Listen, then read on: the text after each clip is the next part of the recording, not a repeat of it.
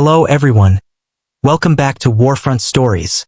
Today we're diving deep into one of the most advanced military innovation hubs in the world, Israel. Despite being a relatively small country, Israel has built one of the strongest defense industries globally, famous for cutting-edge technology, rapid innovation, and real battlefield effectiveness.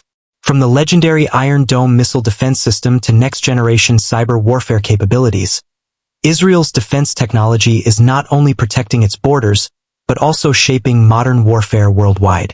So, in this video, we'll uncover the top 7 defense tech advancements of Israel's systems that have changed the game and continue to influence global military strategies. Stay with us till the end, because number 1 on this list might surprise you. The first system that comes to mind is the Iron Dome missile defense system. Developed by Rafael Advanced Defense Systems and Israel Aerospace Industries, Iron Dome is designed to intercept short-range rockets, artillery shells, and mortars.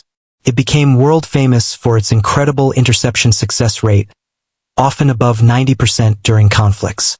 Using powerful radar and Tamir interceptor missiles, Iron Dome creates a protective shield over cities.